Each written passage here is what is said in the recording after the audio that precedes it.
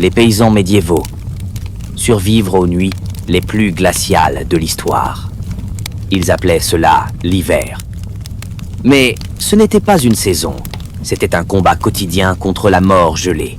Imaginez une nuit où chaque souffle pourrait être le dernier, où vos enfants dorment entassés contre le bétail pour ne pas geler, où le feu s'éteint signifie que vous ne vous réveillerez pas au matin. Les paysans médiévaux ne craignaient pas l'hiver comme nous craignons le froid. Ils le craignaient comme on craint la mort elle-même, parce que l'hiver tuait. Chaque année, sans pitié, sans distinction. Oubliez les images romantiques des fêtes médiévales et des châteaux enchantés. Pour le paysan ordinaire, l'hiver était une épreuve de survie qui revenait année après année comme un professeur cruel qui ne croyait pas aux secondes chances. Vos murs faits de boue et de bâtons ne retenaient rien. Votre feu mourait avant l'aube. Et vos enfants tremblaient sous des couvertures de paille infestées de puces. Ce soir, nous plongeons dans la réalité brutale de ces nuits interminables, là où l'ingéniosité humaine affrontait le gel mortel, là où chaque matin vécu était un miracle célébré. Si ces récits de survie extrême vous fascinent, abonnez-vous à Historicus pour découvrir d'autres chapitres que l'histoire a oubliés. Entrons maintenant dans ces huttes glacées où respirer trop fort pouvait vous tuer. La hutte, un tunnel à vent avec un toit. Si vous pensez que votre appartement est mal isolé parce que la fenêtre ne ferme pas bien, les paysans médiévaux aimeraient avoir un mot avec vous. Leur maison n'était pas juste mal isolée. C'était essentiellement des tunnels à vent très enthousiastes avec un toit. La plupart des maisons paysannes étaient ce que les historiens appellent poliment une construction torchis et clayonnage. Traduction. Des bâtons entrecroisés comme un panier géant, enduits d'un mélange charmant de boue, de paille et de bouse animale. Oui, de la bouse. Ils n'essayaient pas d'être dégoûtants. La bouse était un isolant collant bon marché. Et elle était toujours facilement disponible, disons-le ainsi. Ces murs, peu importe avec quel amour ils étaient enduits, n'avaient aucune chance contre une vraie tempête hivernale. Le vent glacé trouvait chaque fissure, chaque trou, et dansait joyeusement à l'intérieur des maisons d'une seule pièce, tourbillonnant et s'assurant que vous ne soyez jamais trop confortable. Intimité, absolument pas. Chaleur, pas vraiment. Construction de caractère, définitivement. Et puis il y avait les toits. Les toits de chaume avaient l'air pittoresque, certes, mais après quelques mois de pluie et de neige, ils s'affaissaient, fuyaient et laissaient occasionnellement entrer la faune locale. Rien ne dit soirée agréable comme un écureuil tombant sur votre dîner. Les fenêtres, si elles existaient, étaient ridiculement minuscules et généralement couvertes de peaux d'animaux minces ou de volets en bois. Le verre était si cher que même le seigneur du manoir ne pouvait probablement pas se permettre plus qu'un seul minuscule carreau. Et les paysans, ils étaient juste heureux si le vent n'arrachait pas la peau de vache du mur en pleine tempête de neige. Pour aggraver les choses, les sols n'étaient souvent que de la terre compactée. Quand il pleuvait ou neigeait abondamment, la boue s'infiltrait par le sol. Techniquement, on pouvait dire qu'ils avaient des fontaines d'eau intérieures, pas qu'ils l'appréciaient. En hiver, chaque pas à l'intérieur de votre propre maison pouvait ressembler à une marche à travers un marais gelé. Froid par le bas, froid par le haut, froid de l'intérieur. C'était une agression tridimensionnelle sur votre chaleur corporelle. Mais les paysans médiévaux n'étaient pas du genre à se plaindre. Ils bourraient les trous avec de la mousse, enfonçaient de vieux chiffons dans les courants d'air les plus terribles et se blottissaient les uns contre les autres. L'isolation humaine à son meilleur. La créativité, l'obstination et un peu de graisse de mouton frottée sur les murs étaient souvent la seule chose qui les séparait de la transformation en popsicles médiévaux. Parce que si votre maison tombait en ruine et que votre meilleure protection contre les éléments impliquait de la boue et des poils de chèvre, eh bien, au moins vous pouviez en rire. En quelque sorte, si vos dents ne claquaient pas trop fort, le sol gelé, l'ennemi invisible. Comme si l'air glacial ne suffisait pas, les paysans médiévaux devaient également combattre un ennemi silencieux montant d'en bas, le sol gelé lui-même. Les sols n'étaient pas vraiment des sols à l'époque. C'était juste des parcelles de terre légèrement plus plates à l'intérieur de votre maison. Peut être que, si vous aviez de la chance, quelqu'un avait jeté de la paille ou de vieilles joncs pour vous donner l'illusion du confort.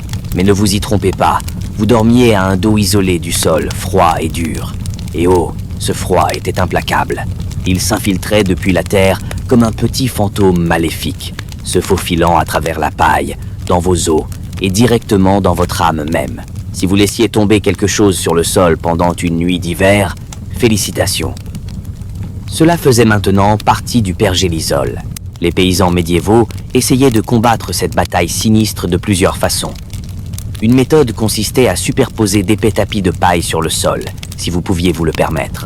Ou plus réalistement, si vous pouviez envoler assez du champ de votre voisin sans vous faire prendre, vous pouviez avoir une barrière isolante descente. Mais la paille s'aplatissait rapidement, moisissait encore plus vite et ajoutait une bande sonore croquante supplémentaire à vos nuits déjà misérables.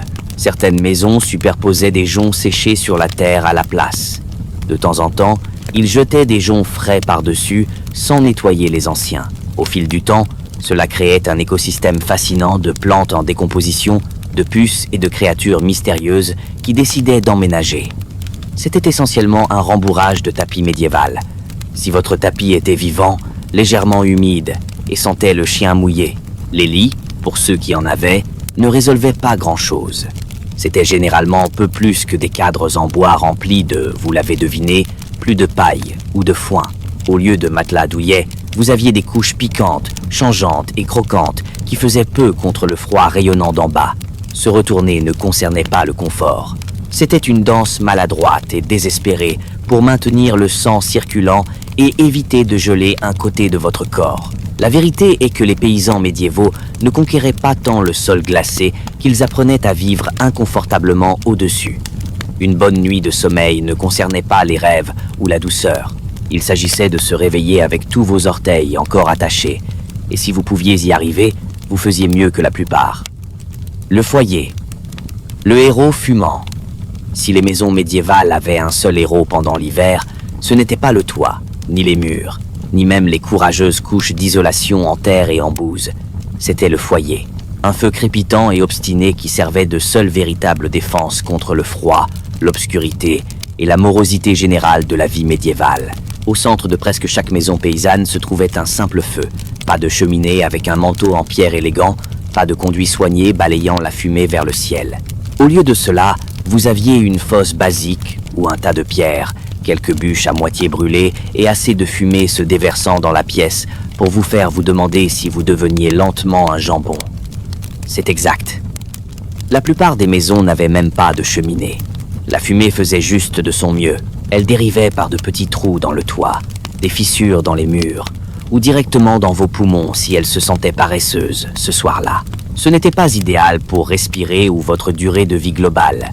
Mais du côté positif, cela faisait un excellent travail de fumigation des puces et autres invités indésirables. Ah, le foyer n'était pas seulement une question de chaleur non plus. C'était la cuisine, la source de lumière, et parfois même la version médiévale d'une télévision. Les gens s'asseyaient autour du feu en racontant des histoires, en bavardant ou juste en fixant les flammes, parce que, franchement, il n'y avait pas grand-chose d'autre à faire après le coucher du soleil. Garder le feu vivant n'était pas juste une bonne idée, c'était obligatoire. Laisser le feu s'éteindre la nuit, c'était comme mettre un panneau pour que le froid vienne vous achever. De plus, rallumer un feu en hiver n'était pas aussi facile que craquer une allumette. Vous deviez travailler avec du silex, de l'acier, de l'amadou et plus de prières que vous n'en aviez jamais offertes auparavant. Tout le monde dans la famille avait un devoir.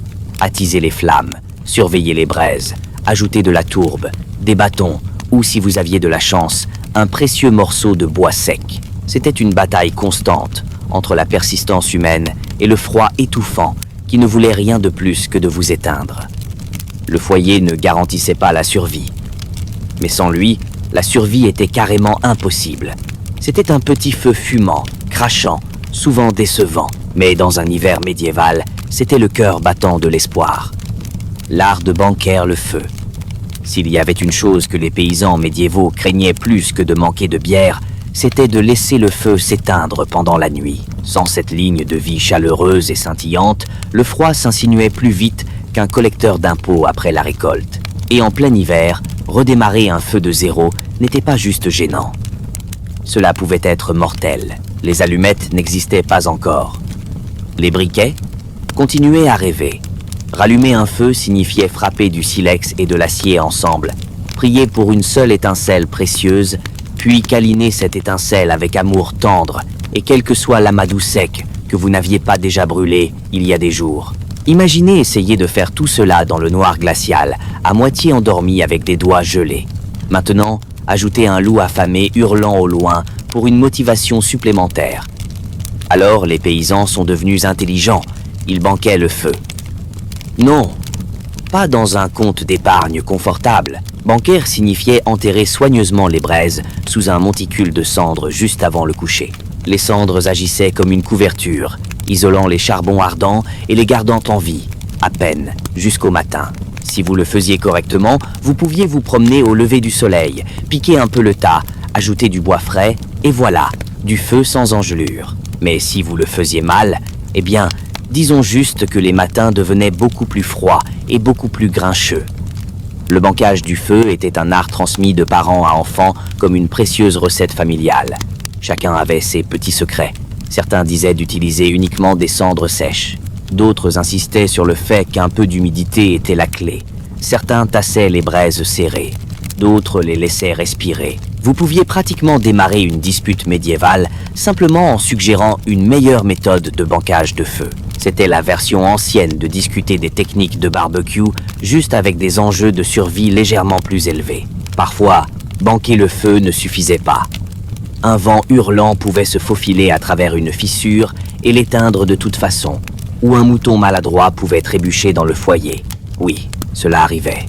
C'est pourquoi certaines familles se relayaient pour se lever la nuit pour vérifier les charbons.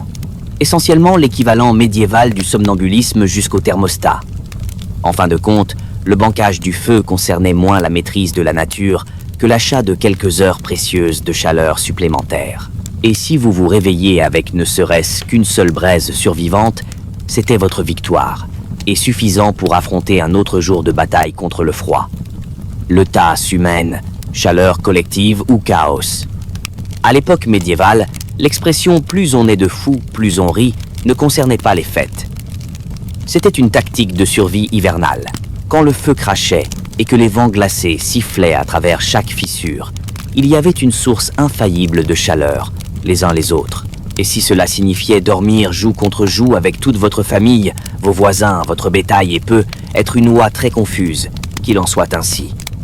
Oubliez l'espace personnel. L'intimité n'était même pas un concept. Les nuits les plus froides, l'objectif n'était pas le confort. C'était « ne vous réveillez pas gelé au sol ». Des ménages entiers s'entassaient dans le coin le plus chaud de la maison, enveloppés dans tous les bouts de tissu qu'ils pouvaient trouver, et formaient ce qui pourrait être mieux décrit comme une lasagne humaine désespérée et ronflante. Les jeunes enfants se faufilaient entre les parents. Les grands-parents se blottissaient sous les couches extérieures. Et si la cousine et elle se présentaient de manière inattendue, eh bien, il y avait toujours de la place pour une personne de plus. Si vous aviez de la chance, vous dormiez au milieu, où la chaleur corporelle rayonnait de tous les côtés. Si vous n'aviez pas de chance, vous étiez sur le bord, l'équivalent médiéval de dormir à côté de la porte d'une chambre froide. Et malheur à la personne qui bougeait trop pendant la nuit. Vous bougez une fois pour être confortable, et soudain, vous avez poussé tante Mo dans le courant d'air glacial près du mur. Félicitations. Vous êtes maintenant le vilain de la famille. Parfois, même la literie était partagée. Un matelas de paille communal qui s'aplatissait lentement sous le poids nocturne de plusieurs générations. Et parce que l'hygiène ne gagnait pas exactement de prix à l'époque, disons simplement que ce n'était pas l'arrangement de sommeil le plus parfumé. Mais bon, quand c'est vous contre les angères, vous cessez d'être difficile. La chaleur corporelle n'était pas juste agréable, c'était stratégique. Certains guides médiévaux recommandaient même d'arranger délibérément les personnes les plus fortes et les plus chaudes à l'extérieur du groupe, comme des boucliers humains contre le froid. Les bébés et les aînés fragiles étaient nichés profondément au centre, traités comme les précieux petits générateurs de chaleur qu'ils étaient. Ce n'était pas seulement une question de survie. Au fil du temps, cela devint partie de la vie quotidienne, partie des liens familiaux. Les longues nuits d'hiver blotties ensemble menaient à des contes, des chants et indubitablement des conversations très intéressantes, étouffées sous une couverture de laine partagée. Alors, la prochaine fois que votre frère ou sœur vole votre couverture ou que votre chien monopolise le lit, souvenez-vous simplement, au moins, vous ne vous battez pas pour l'espace entre un oncle ronflant et une chèvre particulièrement critique. Si cette plongée dans la survie médiévale vous captive, abonnez-vous à Historicus. Chaque semaine, nous exhumons les vérités brutales que les livres d'histoire romantisent. Poursuivons maintenant avec les tactiques les plus désespérées de ces hivers impitoyables. Les colocataires à quatre pattes. Si vous pensiez que les colocataires modernes étaient un défi, les paysans médiévaux aimeraient vous présenter leurs colocataires d'hiver. Vaches, chèvres, porcs, poulets, essentiellement tout ce qui avait un pouls et un peu de chaleur corporelle. Amener les animaux à l'intérieur n'était pas juste une tradition villageoise bizarre. C'était vital pour la survie. Le bétail générait de la chaleur. Et dans une hutte mal isolée où le vent hurlait plus fort que votre estomac, chaque petit degré comptait. De plus, si votre chèvre partageait un mur avec vous, elle était légèrement moins susceptible d'être volée par un voisin en pleine nuit. 2 oiseaux, une pierre puante. La nuit, la maison devenait un four vivant chaotique. Les poulets nichaient dans les coins, les porcs ronflaient près du foyer, et les vaches se prélassaient luxueusement contre les murs, mâchant leurs ruminations comme si elles payaient un loyer. Ce n'était pas glamour, loin de là. Si vous avez déjà été coincé dans une voiture en été sur un road trip avec quelqu'un qui a oublié de se doucher, imaginez ça. Mais c'est une vache, c'est l'hiver, et il n'y a littéralement nulle part ailleurs où aller. Les odeurs, légendaires. Au printemps, le parfum d'un hiver partagé était quelque chose de féroce. Vous n'aviez pas besoin d'allumer une bougie. Vos narines étaient déjà en pleine aventure. Mais les paysans médiévaux développaient un nez sélectif. Ils ne se plaignaient pas beaucoup parce qu'ils connaissaient une vérité inconfortable. Plus d'animaux à l'intérieur signifiait moins d'orteils gelés le matin. Certains animaux avaient même des places de choix. Les vaches, étant les plus grandes et les plus chaudes, prenaient généralement la place centrale près de la famille. Les chèvres étaient autorisées plus près pour leur chaleur. Et parce que les chèvres, étant des chèvres, trouveraient un moyen d'entrer de toute façon. Les poulets se perchaient dans les poutres ou de vieux paniers. Et les porcs? Eh bien, les porcs s'en fichaient. Ils se posaient où ils voulaient, probablement en plein milieu du sol. Bien sûr, partager votre chambre avec du bétail n'était pas sans danger. Imaginez vous endormir paisiblement, seulement pour être réveillé brutalement par un poulet décidant que vos cheveux font un bon perchoir. Ou marcher pieds nus sur quelque chose de suspect en première chose le matin. Oui, les matins médiévaux pouvaient être pleins de surprises.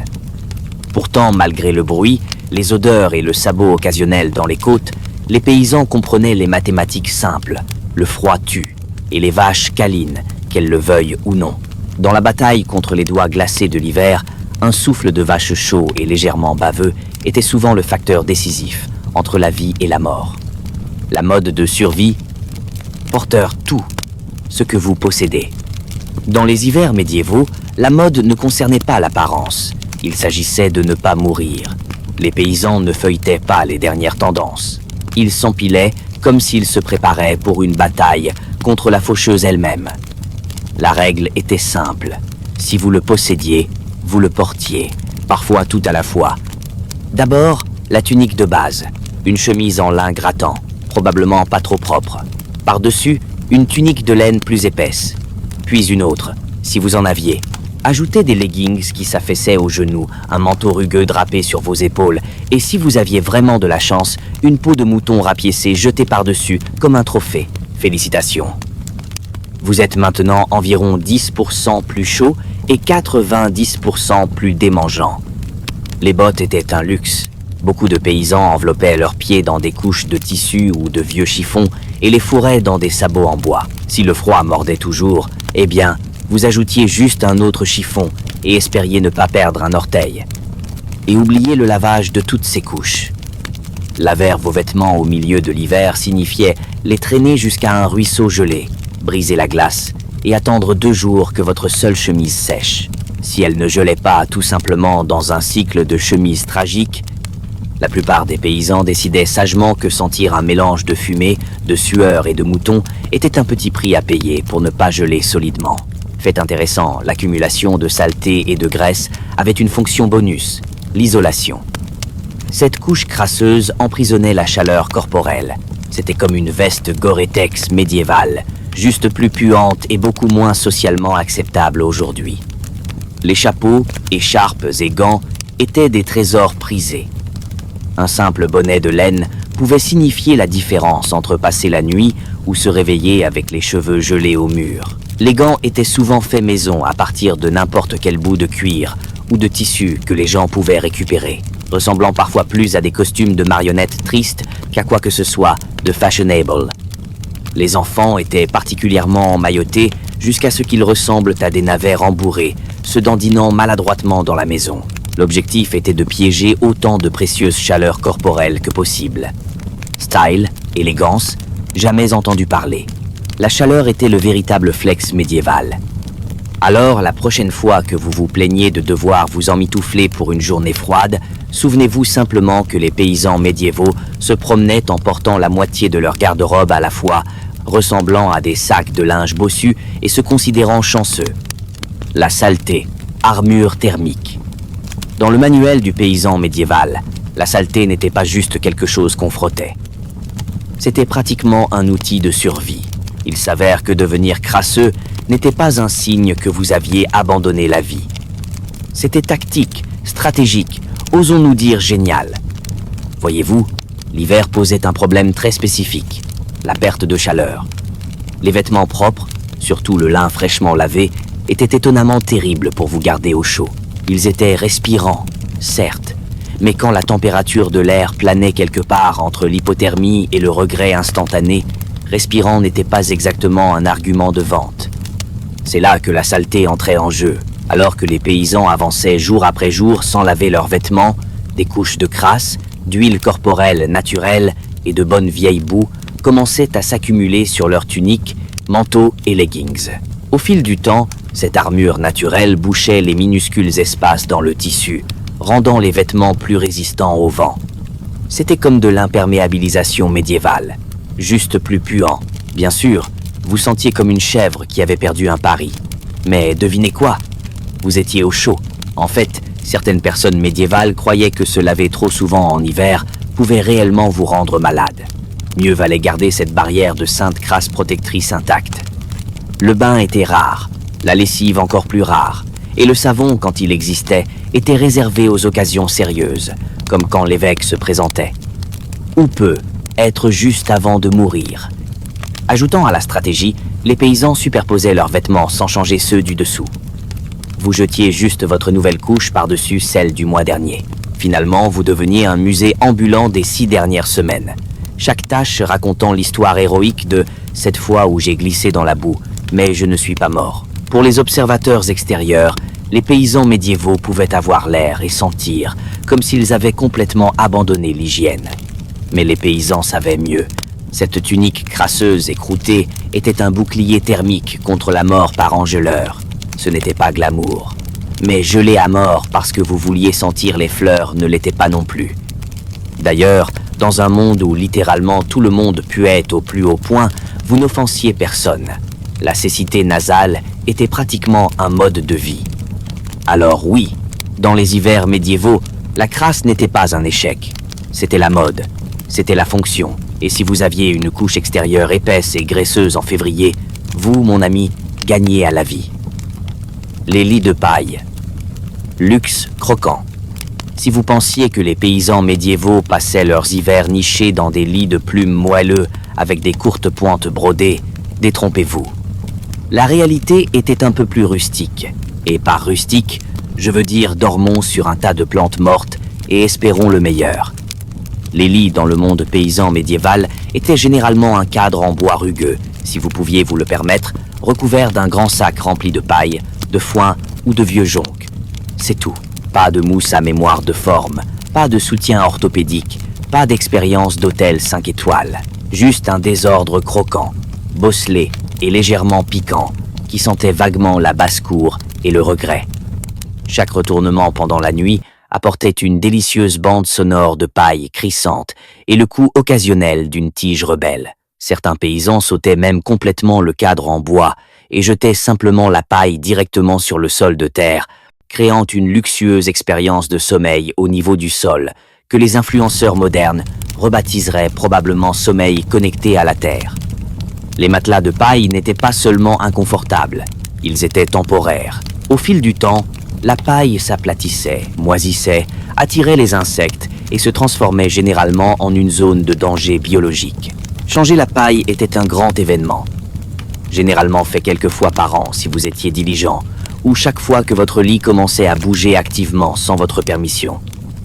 Joncs était une alternative populaire. Ces longues herbes étaient étalées épaisses sur le sol, parfois mélangées avec des herbes comme la lavande ou le romarin pour masquer l'odeur écrasante de bétail de la vie quotidienne. Les joncs frais sentaient bon pendant environ un jour. Après cela, ils devenaient partie du paysage boueux et piétinés à l'intérieur de la maison, se mélangeant parfaitement avec la terre, les restes de nourriture et tout ce qui errait à l'intérieur. Et n'oublions pas les compagnons de lit. Les puces, les poux et autres charmantes créatures adoraient la literie de paille presque autant que les paysans. Si vous vous réveillez en vous grattant plus que vous ne dormiez, félicitations. Vous viviez l'expérience médiévale authentique. Malgré les difficultés, ces lits humbles étaient des sauveteurs. Les tas de paille fournissaient une couche isolante cruciale contre la terre gelée, et se blottir ensemble au-dessus d'eux créait des poches de chaleur corporelle partagées, le chauffage central médiéval à son meilleur. Alors, la prochaine fois que vous vous enfoncez dans votre matelas doux et soutenant, souvenez-vous simplement que quelque part là-bas, un paysan médiéval vous regarde depuis l'histoire, grimaçant à travers une bouche de dents manquante et disant « Ça doit être agréable ». Colmater les fissures, la guerre contre le vent. Quand vous vivez dans une maison faite de bâtons, de boue et d'optimisme, vous apprenez rapidement que les brises hivernales ne sont pas juste une nuisance. Ce sont des attaques personnelles. Les paysans médiévaux ne combattaient pas seulement le froid de l'extérieur, ils le combattaient de l'intérieur de leur propre maison, armés de rien d'autre que ce qu'ils pouvaient fourrer dans les fissures. Et croyez-moi, il y avait beaucoup de fissures. Les murs se déformaient, la boue s'effritait, le chaume s'affaissait. Le froid semblait trouver de nouveaux endroits pour se faufiler chaque nuit, comme un poltergeist malicieux avec une rancune. Sceller la maison devint une forme d'art. Les paysans bourraient les trous avec de la mousse, de la paille, des bouts de vieux tissus, des bottes d'herbes sèches et parfois même des poils d'animaux. Si c'était doux, spongieux ou vaguement isolant, c'était enfoncé quelque part. Certaines âmes particulièrement déterminées appliquaient des couches supplémentaires de boue et de bouse sur l'extérieur de leurs murs comme projet hivernal annuel. Imaginez se tenir là par temps glacial, giflant du fumier froid sur votre propre maison tout en marmonnant. C'est bien, c'est du luxe, parce que d'une certaine manière, ça l'était. Les fuites de toit étaient un autre champ de bataille. Le chaume, bien que bon marché et abondant, n'était pas exactement imperméable, surtout après quelques saisons de pluie et de neige. Les paysans bouchaient les trous dans le toit avec des bouts de tissu de rechange, des bottes de roseau ou, dans des moments de véritable désespoir, des morceaux de tourbe volés du champ le plus proche. Chaque maison finissait par ressembler à une courte pointe patchwork légèrement triste, faite par quelqu'un qui avait abandonné à mi-chemin. Les portes, les fenêtres, si vous en aviez, vous étiez chanceux, mais même alors, ce n'était guère plus que des planches de bois suspendues par des clous en fer et de l'obstination pure. Les trous de fenêtres étaient souvent recouverts de peaux d'animaux ou de tissus épais trempés dans de la graisse animale pour bloquer les pires courants d'air et ajouter un arôme bonus de viande mystérieuse à l'espace de vie. Chaque nuit était une bataille entre l'ingéniosité humaine et le froid sournois et implacable. Une minute, vous étiez au chaud. La minute suivante, une rafale soudaine trouvait le seul endroit que vous aviez manqué, vous giflant éveillé comme une main glacée du destin. Pourtant, d'une manière ou d'une autre, par la ruse, l'obstination et un refus d'accepter légèrement gelé comme un état permanent, les paysans médiévaux rapiéçaient, bourraient et pataugeaient leur chemin à travers les pires hivers que la nature pouvait leur lancer. Une poignée boueuse à la fois. Dormir par roulement, la garde de nuit. Quand le froid mord assez fort pour vous garder éveillé la nuit, les paysans médiévaux avaient une solution. N'essayez même pas de prétendre que tout le monde dort en même temps. Au lieu de cela, ils développaient une stratégie de survie qui rendrait fier n'importe quel commandant militaire aujourd'hui, dormir par roulement. Ce n'était pas un grand système organisé avec des sifflets et des appels nominaux. C'était beaucoup plus simple et beaucoup plus désespéré. La moitié du ménage restait éveillée, s'occupant du feu et rapiéçant les courants d'air errants, pendant que l'autre moitié se recroquevillait sous des couvertures usées et du foin, essayant d'attraper quelques heures précieuses de sommeil à moitié gelées. Le feu avait besoin d'attention constante. Laissé seul, il mourrait, et le redémarrer, rappelez-vous, était à peu près aussi facile que faire danser un âne têtu. Alors quelqu'un devait être sur patrouille de braise. Et comme personne ne voulait se lever une fois qu'il était enfin chaudasse, les familles faisaient tourner les équipes.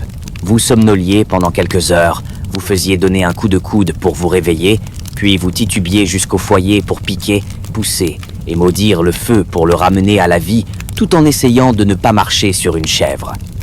La rotation n'était pas glamour.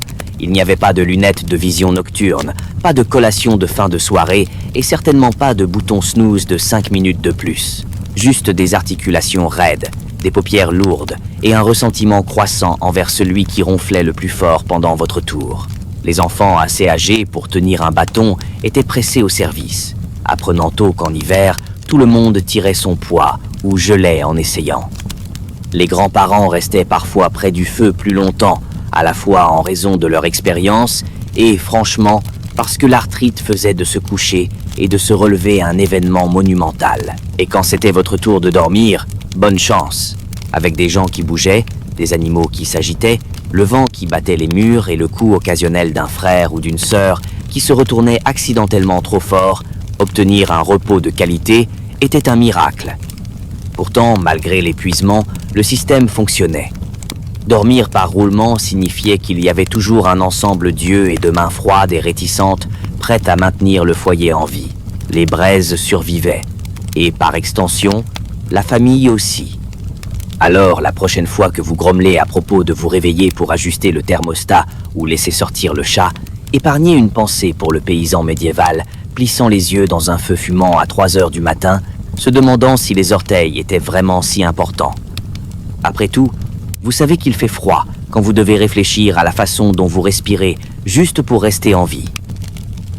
Respirer pour survivre, l'art du souffle contrôlé. Les paysans médiévaux ne combattaient pas seulement l'air glacial avec des manteaux, des feux et des arrangements de sommeil créatifs. Ils ajustaient même la façon dont ils inhalaient et exhalaient pour survivre à la nuit. Le problème était simple. Une respiration profonde à bouche ouverte tirait l'air glacé directement dans vos poumons. Dans un monde où la pneumonie pouvait vous tuer plus vite que vous ne pouviez dire « Ave Maria », c'était un risque que personne ne voulait prendre.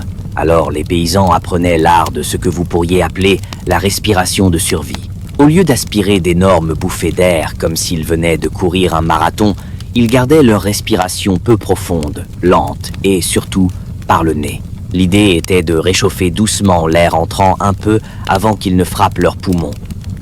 Ce n'était pas parfait, mais c'était mieux que de vous tousser dans la tombe en février. Si vous preniez accidentellement une grosse bouchée d'air froid, félicitations. Vous veniez de vous acheter un billet pour une semaine de tout de morceaux de ce qui ressemblait à votre âme, sans médecin en vue et grand-mère, vous traitant avec du thé à l'oignon chaud et des prières fermes. Certaines personnes rentraient même des parties de leur manteau, châle ou chiffon sur leur visage pendant qu'ils dormaient, créant une barrière de réchauffeur de souffle de fortune. Bien sûr, cela signifiait également que vous vous retrouviez avec un morceau de tissu humide et légèrement dégoûtant collé à votre bouche au matin. Mais bon, c'était mieux que de geler de l'intérieur. Les enfants apprenaient ces astuces tôt. Les parents réprimandaient les petits pour avoir haletant comme des chiens à l'intérieur pendant les mois froids. Et honnêtement, entre les leçons de respiration strictes, les couches de laine qui grattent et dormir à côté d'une chèvre agressivement gazeuse, les hivers de l'enfance médiévale construisaient le caractère à un tout autre niveau. La nuit, niché dans la literie de paille, sous des tas de manteaux, et à côté d'une vache doucement fumante, respirer devenait une forme d'art, lent, constant, par le nez uniquement, et aussi minimal que humainement possible, comme une version sinistre médiévale d'une retraite de yoga, seulement avec plus d'engelures et moins de citations inspirantes. Dans le grand manuel de survie, ce n'était pas la stratégie la plus flashy, mais ça marchait. Un souffle peu profond à la fois, les paysans enduraient une autre nuit dans la longue guerre implacable contre l'hiver. Manger lourd, avant le coucher. Carburant interne. Dans la bataille sans fin contre l'hiver médiéval, les paysans découvrirent une arme secrète improbable, un ventre plein. Il s'avère que l'un des meilleurs moyens de combattre le froid n'était pas un autre manteau de laine grattant, c'était de se gaver de quelque chose de copieux et lourd juste avant le coucher. Les calories signifiaient chaleur.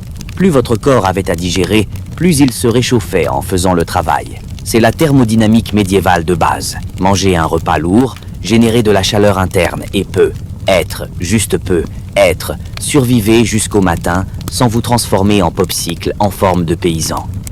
Alors, que mettaient les paysans médiévaux dans leurs assiettes avant une longue nuit glaciale? Pensez aux ragoûts épais, lourds de légumes racines comme les navets, les oignons et les panais. Les céréales étaient des sauveteurs aussi, bouillis d'avoine, gruau d'orge ou pain de seigle dense et moelleux. Si vous étiez particulièrement chanceux, disons après un jour de fête ou un abattage généreux, vous pourriez même obtenir un morceau de porc salé ou une tranche de saucisse séchée jetée dans la marmite. Ce n'était pas de la nourriture réconfortante au sens Instagram. Pas de présentation délicate, pas de garnitures artisanales. C'était un énorme repas vaguement brun conçu pour reposer dans votre ventre comme une brique amicale, brûlant lentement à travers la nuit et vous gardant juste un peu plus au chaud. Il ne s'agissait pas seulement de manger beaucoup, il s'agissait de manger intelligemment. Les aliments qui prenaient plus de temps à digérer fournissaient un filet lent et régulier de chaleur. Les aliments gras étaient particulièrement loués, non seulement pour l'énergie qu'ils fournissaient, mais parce que la graisse brûle plus lentement que la viande maigre. Un ventre plein de ragoût, de pain et d'une quantité discutable de saindoux.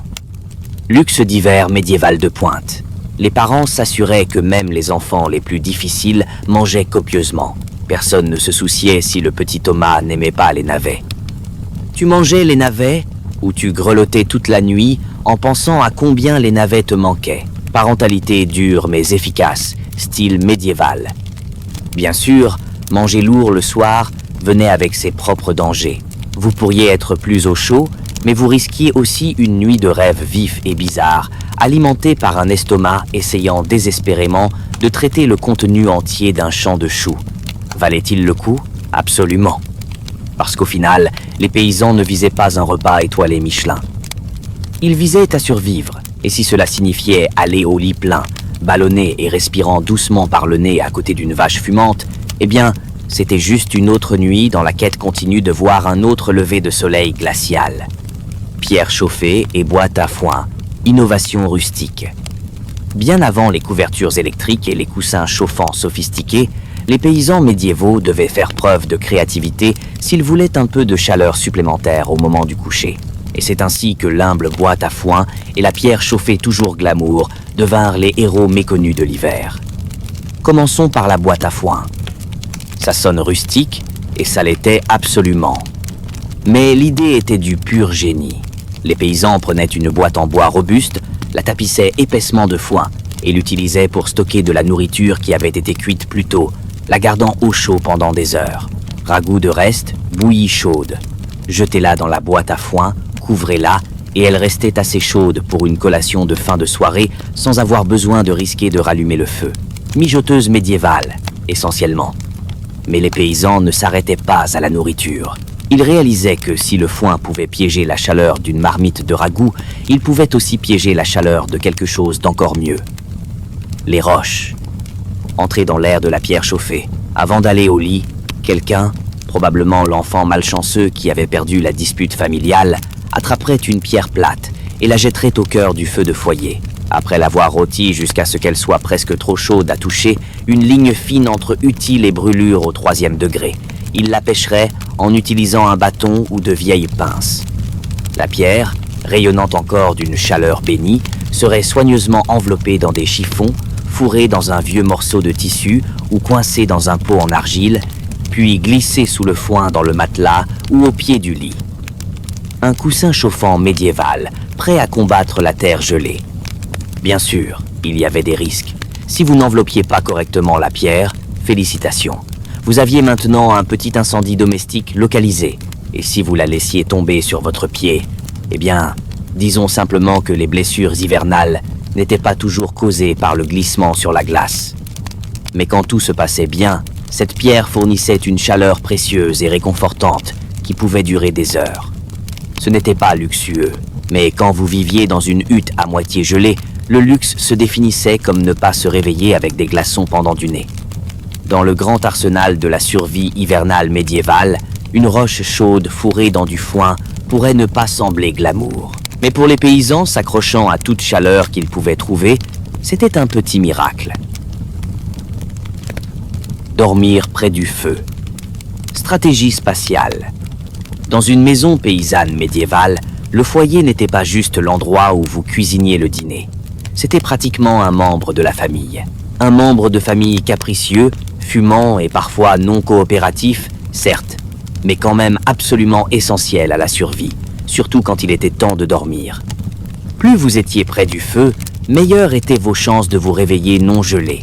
Cela signifiait que les arrangements de sommeil concernaient moins les préférences personnelles et plus le positionnement stratégique. Les nourrissons, les personnes âgées et toute personne malade ou fragile obtenaient la première place sur l'immobilier de choix. Les parents, les enfants plus âgés et les adultes plus robustes se déployaient à partir de là comme des couches d'isolation humaine. Être assigné à une place près du feu n'était pas juste de la gentillesse. C'était des mathématiques de survie de base. Les bébés étaient de fragiles générateurs de chaleur et les aînés étaient de précieux dépôts de connaissances familiales. Et, soyons honnêtes, les meilleurs ragots. Les protéger avec une chaleur de premier choix étaient non négociables. Mais tout n'était pas grillage confortable près des flammes. Trop près, et vous risquiez de vous réveiller avec vos cheveux roussis ou votre manteau qui se consumait de manière suspecte. Trop loin, et vous campiez essentiellement dans une glacière. C'était une danse délicate. Restez assez près pour vous prélasser dans la lueur du feu, mais pas si près que vous deviez expliquer à votre voisin pourquoi vous ressembliez maintenant à un rôti à moitié cuit. Le feu ne diffusait pas non plus la chaleur uniformément. Il rôtissait principalement les gens directement devant lui, tandis que tous les autres se battaient pour les 3 cônes de chaleur, comme des lézards froids se bousculant pour un rayon de soleil. Si vous aviez la chance de vous endormir face au feu, vous pourriez avoir un côté béatement chaud et un côté gelé si solidement que vous pourriez probablement frapper dessus. Les animaux de compagnie et le bétail, bien sûr, se faufilaient aussi. Un chien pourrait se coincer entre vous et le feu, sa queue remuant dangereusement près des flammes ouvertes. Les poulets se perchaient parfois de manière précaire sur les pierres du foyer, gloussant doucement dans la nuit, comme de minuscules gardiens à plumes de la chaleur. Chaque crépitement des bûches, chaque changement de braise rougeoyante était une petite promesse. Tu es encore en vie. Tu es encore au chaud pour l'instant. Et ainsi les paysans dérivaient dans un sommeil agité, bercés par les craquements et les sifflements du feu, chaque souffle formant de petits nuages dans l'air glacial, au-delà du cercle fragile du feu. Ce n'était pas parfait, ce n'était pas confortable, mais c'était la vie, s'accrochant à la chaleur par un fil de charbons ardents. Solidarité villageoise, survivre ensemble. Dans le monde médiéval, personne ne survivait à l'hiver seul, à moins de vouloir devenir une statue gelée très élégante d'ici janvier. La survie n'était pas juste une affaire de famille, c'était un projet de village. Un projet désordonné, boueux et bruyant, où la chaleur et la vie de chacun dépendaient de tous les autres. Les paysans savaient qu'en plein hiver, un bon feu et un tas de foin ne pouvaient faire que tant. Si la maison de votre voisin devenait sombre, vous le remarquiez. Si la fumée du foyer du vieux Tom cessait soudainement de s'enrouler dans le ciel, quelqu'un allait vérifier. Et pas seulement parce que Tom vous devait un poulet, bien que cela puisse en faire partie, mais parce que la communauté signifiait la survie. Les villages avaient des veilleurs d'hiver non officiels, souvent les jeunes ou les personnes âgées qui ne pouvaient pas travailler au champ, mais qui pouvaient garder un œil sur qui toussait trop fort, qui n'était pas venu troquer au marché depuis quelques jours, ou dont la maison semblait un peu trop immobile dans le gel matinal. Ces gens étaient la version médiévale de la patrouille de quartier, moins les gilets réfléchissants, plus beaucoup de moutons. Si le feu d'une famille s'éteignait, c'était presque une urgence. Un bon voisin se précipiterait avec un charbon rougeoyant enveloppé dans des chiffons, ou mieux encore, les inviterait dans sa propre hutte surpeuplée et enfumée pour la nuit. Oui, cela signifiait presser 4 corps supplémentaires dans un espace déjà exigu. Mais c'était mieux que de trouver des amis gelés au printemps des gels. Les réserves alimentaires communales jouaient aussi un rôle. Pendant les hivers particulièrement brutaux, les villages rassemblaient parfois leur dernière viande salée, leurs grains et leurs légumes séchés. C'était une charité sinistre. Personne n'avait beaucoup. Mais quelques repas communaux pouvaient faire la différence entre titubeurs jusqu'au printemps ou pas. Même les enfants comprenaient les enjeux. Ils aidaient à livrer du bois, partageaient des braises et couraient des messages urgents quand quelqu'un avait besoin d'aide. Personne n'était trop petit ou trop fatigué quand l'hiver frappait à la porte. Bien sûr, les villages médiévaux n'étaient pas tout soleil et câlin. Des querelles arrivaient, des disputes sur la terre, les chèvres, ou qui avaient emprunté la bonne marmite de cuisine, ne disparaissaient jamais vraiment. Mais quand les nuits devenaient mortellement froides, les vieilles rancunes étaient souvent silencieusement mises de côté. Après tout, le rival valait toujours la peine d'être sauvé, parce que demain, ce pourrait être vous qui auriez besoin de secours. Au cœur glacial de l'hiver, le village devenait une grande famille obstinée, parfois dysfonctionnelle, souvent hilarante, toujours farouchement déterminée à survivre ensemble. Une botte boueuse, une braise crépitante, un sourire gelé à la fois. Prière et superstition. Quand les paysans médiévaux affrontaient le froid impitoyable de l'hiver, ils n'empilaient pas seulement les manteaux ou n'attisaient pas le feu. Ils priaient beaucoup, parce que quand le vent hurlait comme des loups à l'extérieur de vos murs minces comme du papier et que le feu rétrécissait en braise boudeur, vous vouliez tous les avantages possibles, y compris un peu d'intervention divine. La foi n'était pas juste une affaire du dimanche à l'époque. Elle était tissée dans chaque souffle gelé. Avant de ramper sous des couches de paille et de laine grattante, les familles s'agenouillaient ensemble, offrant des prières hâtives pour maintenir le feu brûlant, le toit intact et leurs orteils attachés au matin. Les saints devenaient plus que des figures saintes lointaines. Ils étaient la défense de première ligne de l'hiver. Saint Blaise, par exemple, était invoqué pour protéger contre les maux de gorge. Pas une préoccupation mineure quand une bouchée d'air glacé pouvait vous faire tousser votre âme. Saint Nicolas n'était pas juste le joyeux donneur de cadeaux de la légende ultérieure. On lui demandait aussi de protéger les ménages de la ruine soudaine pendant les mois maigres et mortels. Les superstitions s'enroulaient confortablement autour de la survie quotidienne. Certaines familles aspergeaient un peu d'eau bénite près du foyer avant de dormir, espérant qu'elle protégerait contre les esprits malins ou, au minimum, les courants d'air malicieux. D'autres marquaient les portes avec de la craie bénie après certains jours de fête, plaidant pour que la chaleur et la chance trouvent leur chemin à l'intérieur. Les bougies jouaient aussi un rôle. Des bougies de veille spéciales, souvent bénies par le prêtre local ou la vieille femme la plus pieuse du village, étaient parfois maintenues allumées toute la nuit. Une supplication scintillante contre l'obscurité froide, griffant les murs. Et bien sûr, aucune session de prière hivernale sérieuse n'était complète sans quelques promesses. Cher Seigneur, si tu nous fais juste traverser cette nuit, je jure que je serai plus gentil avec mon voisin, même celui qui continue de voler nos navets. La foi n'était pas un confort abstrait. C'était une conversation quotidienne urgente. Les paysans ne demandaient pas le luxe, juste la survie. Un peu de chaleur, un peu de nourriture, et un jour de plus pour patauger jusqu'à ce que le printemps brise l'emprise gelée sur leur minuscule village.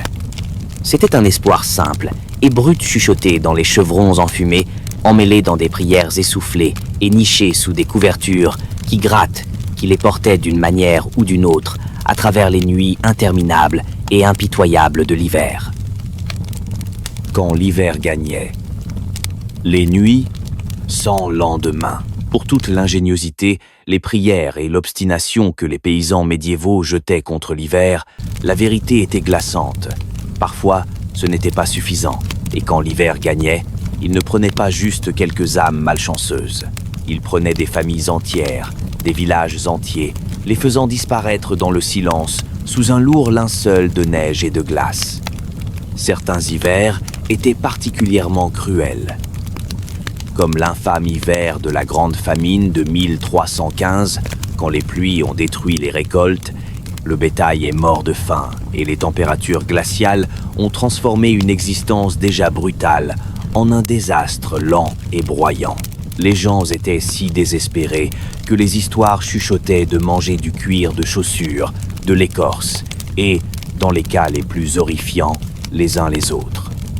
L'échec à maintenir le feu vivant n'était pas juste un inconvénient, c'était souvent une condamnation à mort. Sans la maigre chaleur du foyer, les familles se blottissaient ensemble une dernière fois. Les voisins tombaient parfois sur des ménages entiers au printemps. les corps encore verrouillés dans l'étreinte gelée les uns des autres, comme s'ils essayaient de partager juste un peu plus de chaleur jusqu'à la toute fin. Les maisons elles-mêmes pouvaient s'effondrer sous le poids de la neige lourde ou des tempêtes de glace battantes. Un toit cédant au milieu d'une nuit gelée n'était pas juste catastrophique, c'était souvent fatal. Se traîner à travers la neige jusqu'aux cuisses pour mendier un abri chez les voisins n'était pas non plus une garantie, surtout si ces voisins étaient déjà étirés jusqu'au point de rupture. La maladie aimait le froid aussi, la famine affaiblissait le corps, et les maisons exiguës et enfumées se transformaient en terrain de reproduction pour la pneumonie, la bronchite et d'autres infections mortelles. Une simple toux en décembre pouvait facilement être un enterrement en janvier. Et puis il y avait l'horreur silencieuse des engeleurs. Les doigts, les orteils, même les oreilles noircissaient et mouraient tout en étant encore attachés à leurs propriétaires. Certains villageois survivaient aux hivers au prix de leurs membres. Un badge sinistre d'honneur qui disait « J'ai survécu, mais l'hiver a pris un morceau de moi ». Pourtant, ce qui est le plus troublant n'est pas seulement la mort, c'est la normalité étrange de celle-ci. Les gens acceptaient qu'à chaque hiver, certains parmi eux ne verraient pas le dégel. La mort n'était pas inattendue, c'était juste un autre voisin à la porte, enveloppé de givre, attendant son tour. Même au milieu du froid amer et de la menace constante, les paysans médiévaux continuaient, obstinés, en deuil, s'accrochant à la vie. Parce que tant qu'il restait une braise dans le foyer, un souffle suspendu dans l'air gelé, il y avait encore un combat qui valait la peine d'être mené. L'héritage, résilience sculptée dans la glace. Quand nous regardons en arrière les paysans médiévaux, ces survivants boueux et gelés d'hiver sans fin, il est tentant de ne voir que leurs difficultés. Les mains crevassées, les orteils gelés, les huttes étouffées de fumée. Mais enterré sous toute cette lutte se trouve quelque chose de bien plus puissant, un héritage de pure ingéniosité obstinée et d'endurance incassable. Ils n'avaient pas de chauffage central, de veste thermique ou de matelas en mousse à mémoire de forme douillet. Ils n'avaient même pas le luxe de supposer qu'ils survivraient jusqu'au printemps, mais ce qu'ils avaient et ce qu'ils ont laissé derrière eux était le plan de la résilience. Chaque matelas de paille, chaque feu banqué, chaque trou de mur bourré de mousse était un témoignage de la créativité humaine sous pression.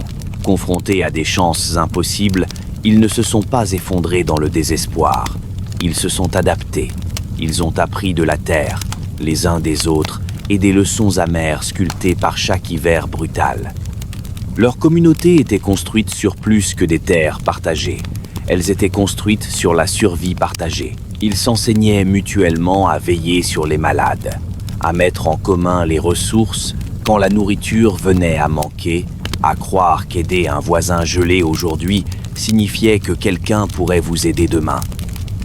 Ils vivaient selon la compréhension que personne ne bat l'hiver seul. Leur foi aussi était une sorte d'endurance.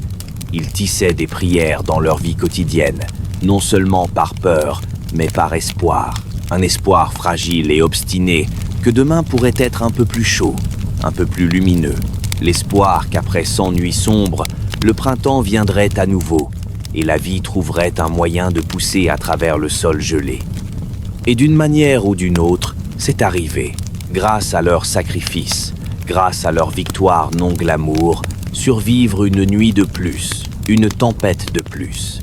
Les générations futures ont prospéré, morceau par morceau gelé.